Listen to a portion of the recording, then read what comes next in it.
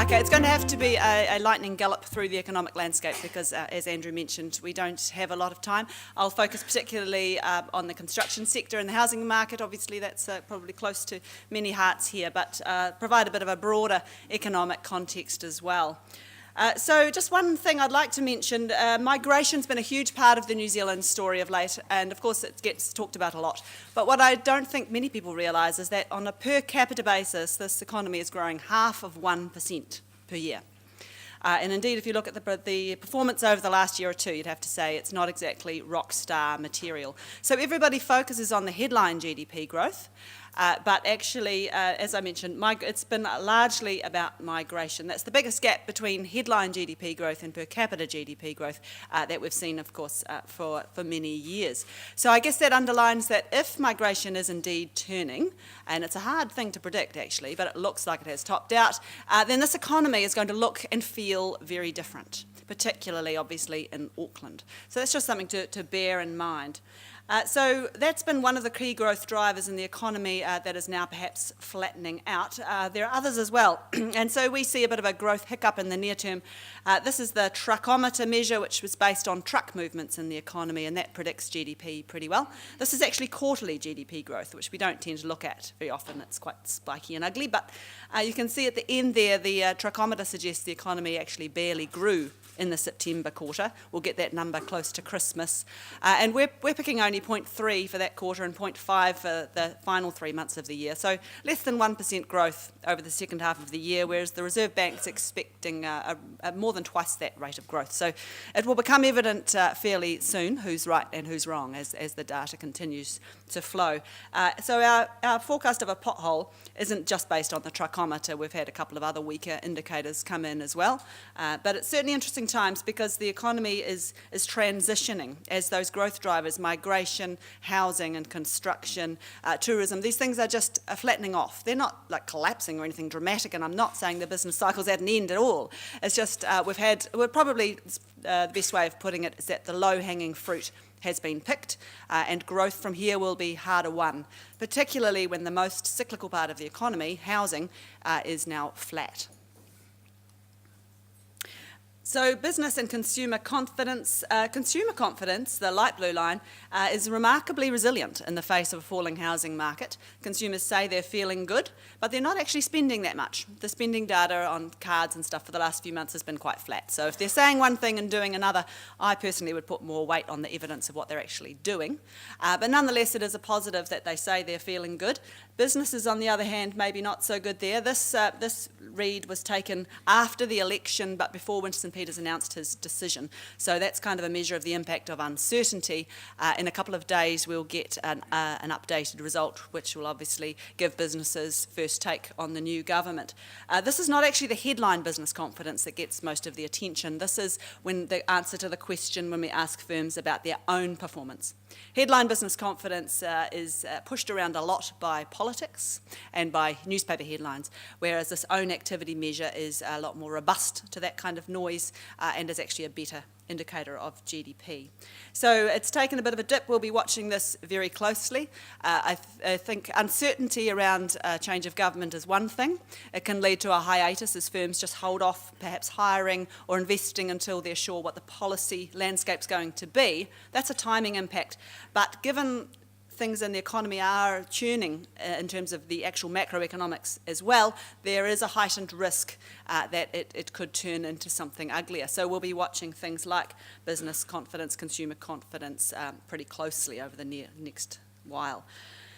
One other indicator that's just taken a bit of a turn is Auckland job ads. That's the dark blue at the bottom there, have fallen for 5 of the last 6 months on a seasonally adjusted basis. So that isn't quite rock star stuff either, and it doesn't quite match the story about Auckland growing like a mushroom at the expense of the rest of the country, which has kind of been a 50-year story, I suppose, in view of South Islanders at least. I'm a South Island girl.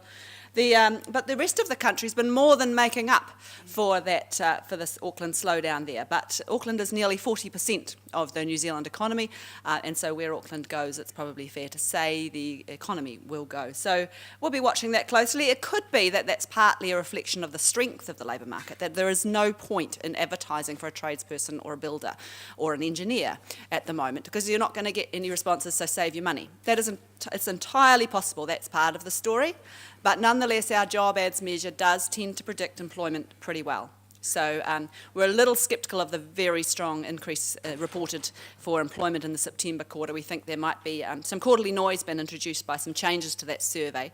But nonetheless, unemployment rate of 4.6 sounds about right to us. The labour market is tight, particularly in construction, where it's not just anecdote, but evidence of construction costs rising 15-20% a year. That sector is clearly going all out. But just coming back to migration for a moment, you can see there the arrivals have just tipped over a little. That is related to the previous government's crackdown on fraudulent activity in the Indian student market.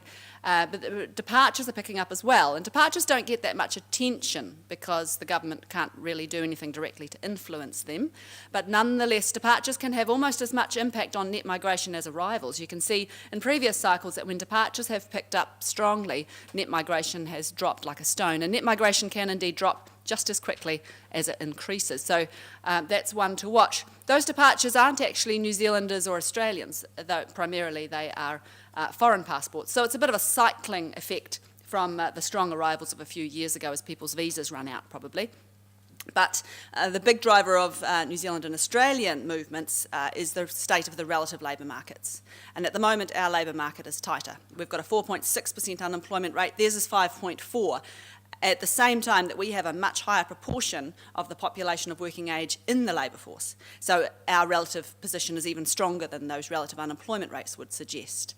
Nonetheless, they're going up and our labour market's perhaps flattening off a bit. So it's worth keeping an eye on that because that can become quite a mover. Of course, the new government wants to see that net migration drop from around 70 by 20 or 30,000 a year. One gets the impression that they're now hoping that that'll just happen by itself and they won't have to make the very difficult, politically unpopular choices of which visa categories to cut.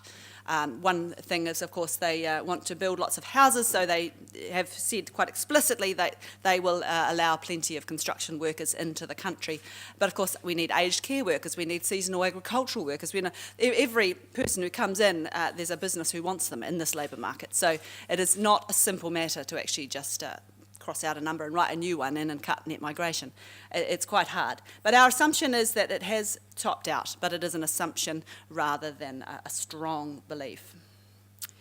Tourism has gone gangbusters. I mean, that's pretty much a vertical increase there. And that's a fantastic story, though with some environmental impacts.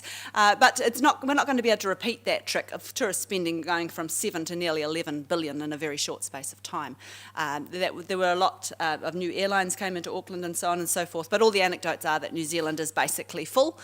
So the dollar's fallen a bit and global growth is solid at the moment, so the tourism should have a good year. It's now our largest foreign exchange earner. But I don't think you can reasonably expect a lot more growth in the near term when it's already had such a phenomenal lift recently. So here we have the construction sector, the consents. So the middle line is Auckland, and you can see that's flattened off quite a bit.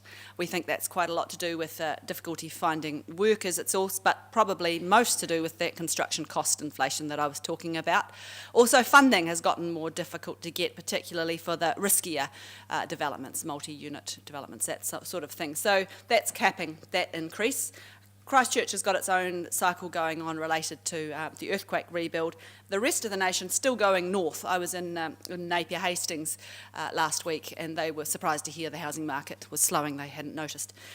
Certainly those places are just going ballistic. Population growth. Essentially, as Auckland's grown with international migration, there's been a flow out of Auckland into the areas around it, particularly the Tauranga, Napier, Hastings, Whangarei, Hamilton, and so they're in catch-up mode as well. So the new government wants to increase house building, obviously, particularly at the affordable end. So they're talking about half of them being in Auckland. So that would imply 5,000 homes in Auckland per year. That's 50%. That's 50% of what's currently being built. It's not going to happen in terms of the consents going from 10,000 to 15,000 a year. We just don't have that capacity, no matter how many builders you let into the country. We're already running out of some building materials.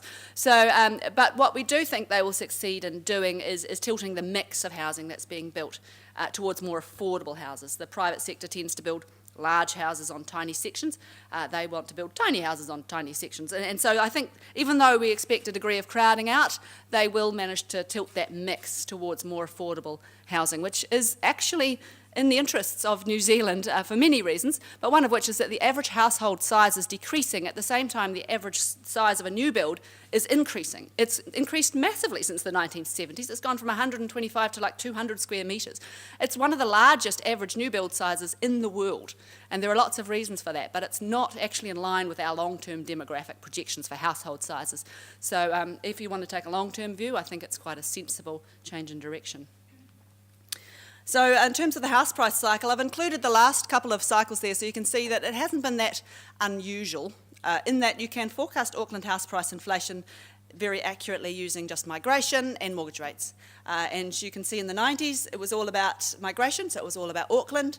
Last cycle it was actually probably mostly about Alan Greenspan, bizarrely. US monetary policy was very loose, kept long interest rates down, and our long-term interest rates are very influenced by global rates. So the Reserve Bank was frantically hiking the cash rate but couldn't get the long-term mortgage rates up, so the housing market had a good time. And this cycle's been a bit of both. But now, of course, house price inflation's gone to zero, and there's not much reason to buy property at the moment as an investment because the new government policies all work in the same direction. They want to reduce the tax advantage of housing, ring-fencing tax losses, extending the bright line test.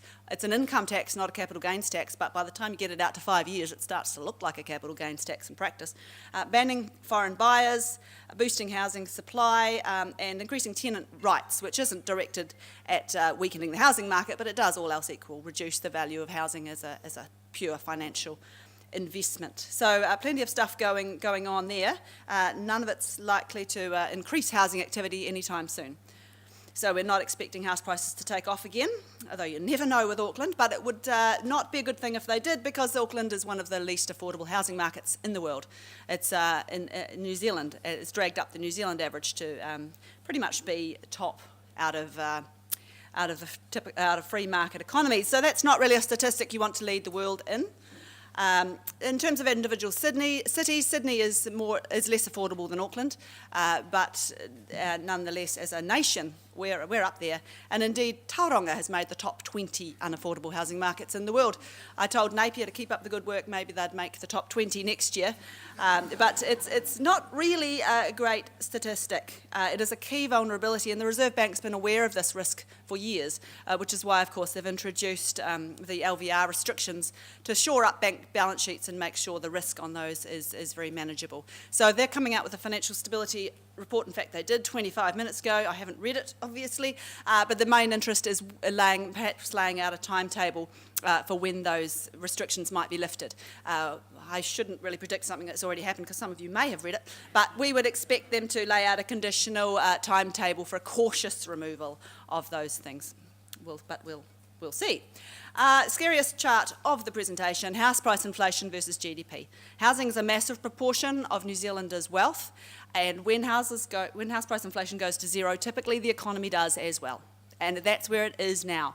So the Reserve Bank is looking through this because last year when housing was at its peak in terms of inflation, consumers didn't go on a bender, 2007 style, and so they're assuming that they will basically smooth through and not now go into panic mode.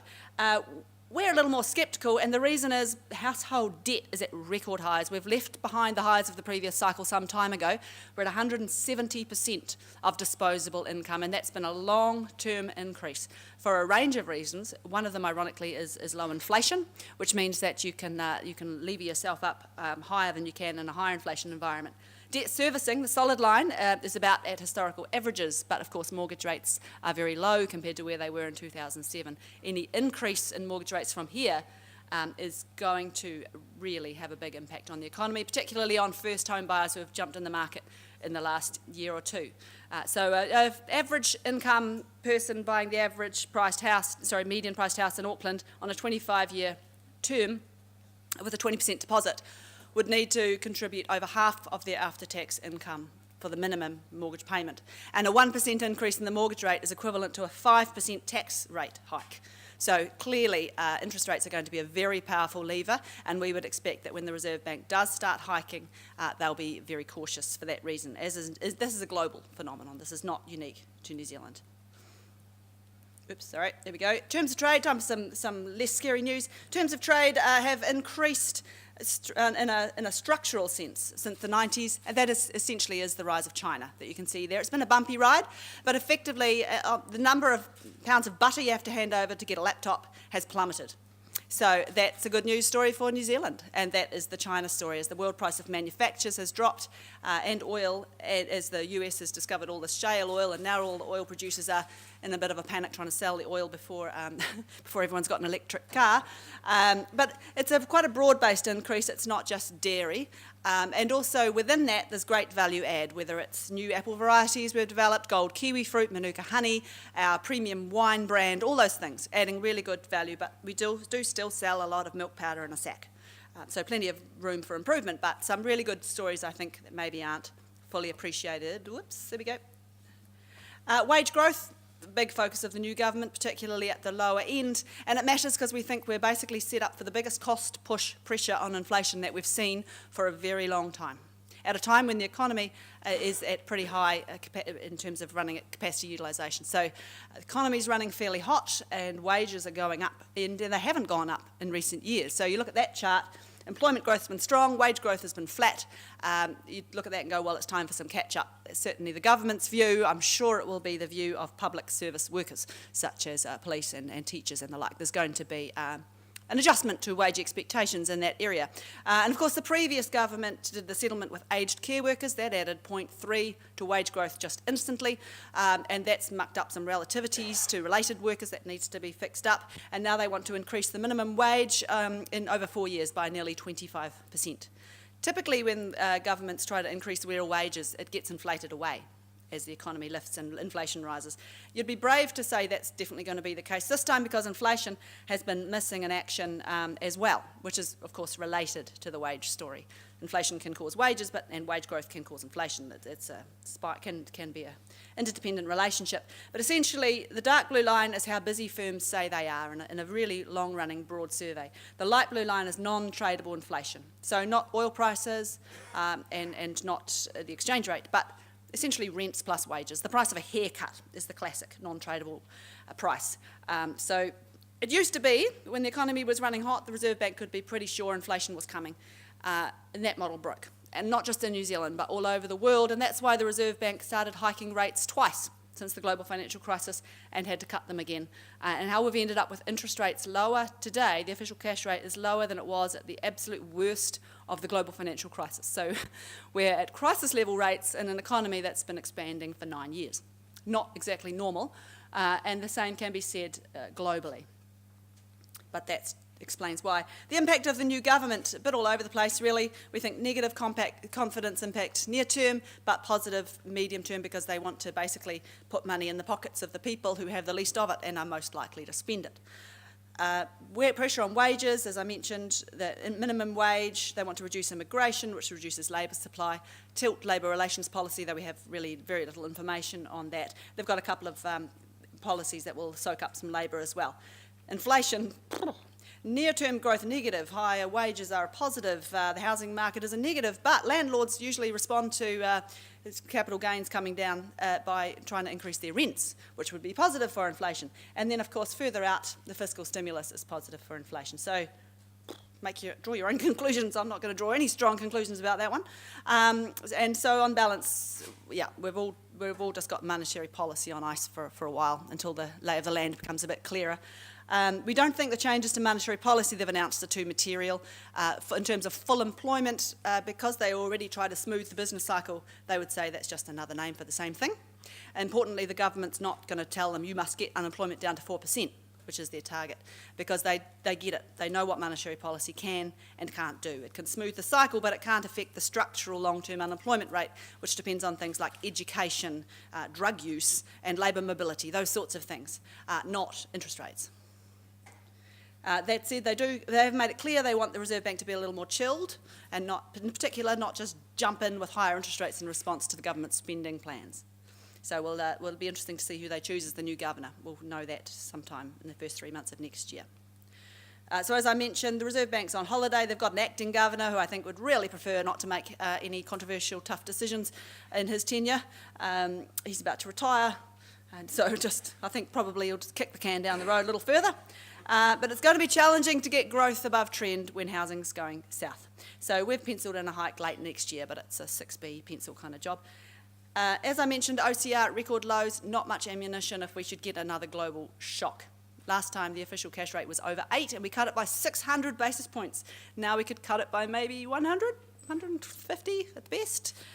So that's quite a different world. But we do have a safety valve. The New Zealand dollar, in times of trouble, drops like a stone, which you might think is a given, but of course exchange rates are just a relative price, so everyone that goes down, one goes up. And so the poor safe havens like the US dollar and the Japanese yen and the Swiss franc, when the world goes to heck in a handbasket, their currencies go through the roof, which is a monetary policy tightening, which is really unhelpful for them. But the New Zealand dollar tends to trade as either a proxy for the commodity price cycle in normal times or as a proxy for risk aversion when risk aversion rises. That is certainly not the case at the moment, and indeed global growth is very strong and unified across regions. Most it has been for a long time. But it's been weird growth. It's been fueled by central banks' extreme monetary policy conditions. And you can see here that the labour share of income compared to the capital share of income has been on a long-term decline. That is a real issue, and there are some households in the US that are worse off than they were 30 years ago. And if you take a long-term view of history, then a blowout in income inequality tends to lead to things like collapses of democracies. You know, it's actually not a sustainable trend. So it does matter. I mean, I normally look at sort of a 3 to 5 year horizon, but if you want to take a bigger historical view, it's not a thing that leads to happy societies. And we're already seeing some unusual political choices emerging around the world. I'll leave it at that.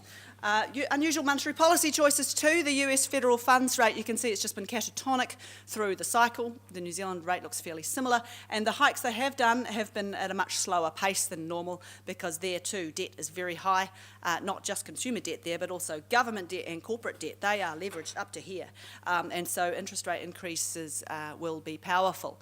They also need to now start unwinding their quantitative easing. The central banks have been buying assets, particularly bonds, and the US mortgage-backed bonds as well, so they've been funding home buyers. But in Europe, it's gotten weirder. Still, they've been buying equities as well, and corporate debt. The ECB is funding Siemens, and the Swiss National Bank owns some massive proportion of Apple. So around the world, central banks have got this huge portfolio of bonds and equities, and they've pushed up asset prices in order to try and get a wealth effect going while exacerbating income inequality, because of course it's the wealthy who hold these assets. But now at some point they have to start selling it off. And when you know the biggest buyer's selling, are you going to be hoovering it up? Possibly not. So it's going to be quite a tightrope to walk, and we are in unprecedented territory here. We've never been here. So hopefully it'll go well, but it's going to be quite something. Bond yields have been decreasing for about 30 years. One interesting exception at the end there is China. They're walking even a thinner tightrope than everyone else because they're aware their economy has become addicted to debt.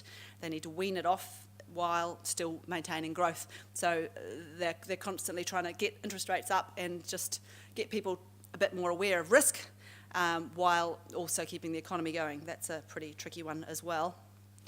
Equities, everyone's on the same page there, including New Zealand. But I would just point out that volatility in equity markets, also in exchange rate markets, in oil markets, in bond markets, you name it, volatility is exceptionally low in asset markets all around the world. And essentially it's because central banks have been injecting morphine into the veins of these markets. It's been a lot of fun, but old-timers don't find incredibly low volatility reassuring. They find it worrying because it implies that the market is not really taking account of all information. That for some reason, whether it's the rise of algorithms or the massive increase in passive index funds versus actual active investors, or just the fact that interest rates are so low. Volatility is unusually low, which suggests that it could turn a little more violently than otherwise. But you can see how high it can go. I just included a few years where exciting things happened. So all up, New Zealand economy's been putting in a pretty solid performance. Just don't look too closely at the per capita numbers. But the things that have been driving it, construction services, tourism, migration, and even agriculture in terms of volume growth, are probably tapped out. So that, we have to work a bit harder and smarter from here. But that's... we can do that. It's just we've got to maybe adjust our expectations. Our albums are falling down the charts in terms of being a rock star. In particular, construction and housing, etc. In terms of trade, will be a real income boost to the country. How that boost is distributed will depend on the exchange rate, government policies, all that kind of thing. But at least there's a pot of money there to be shared around, which is really good. And also, wage growth should provide a boost to household incomes as well. Reserve Bank, nothing much to say about them for now in a monetary policy sense at least. We'll be interested to see what they've said about the housing market this morning. Election uncertainty could cause a bit of a pothole, and at times of nervousness there is an increased risk that these things can become self-fulfilling. So we're certainly going to be paying a bit more attention to anecdote and sentiment than we typically do, because that usually gives you a much earlier steer on things than the hard data. So, but encouragingly, apart from the household debt and Auckland house prices, which is quite a big thing to lay to one side, the economy is in structurally pretty good shape. Government debt is low, corporate debt is low. The current account is now around 3% of GDP rather than 8% like it was at the end of the last cycle. So we haven't gone on a bubbly bender like we did last cycle generally, apart from the housing thing. Inflation is not a problem either. So in a structural sense, we are in good shape. Our bank, our lending offshore, there's less of it, and what we have is longer term, which means that if we did suddenly see that credit tap turned off again like we did in 2008, we'd be in better shape as a country to weather that storm. But that said, we are a debtor nation. We love to borrow, build, extend, and that does have to be funded from offshore. So that will remain a vulnerability for this economy.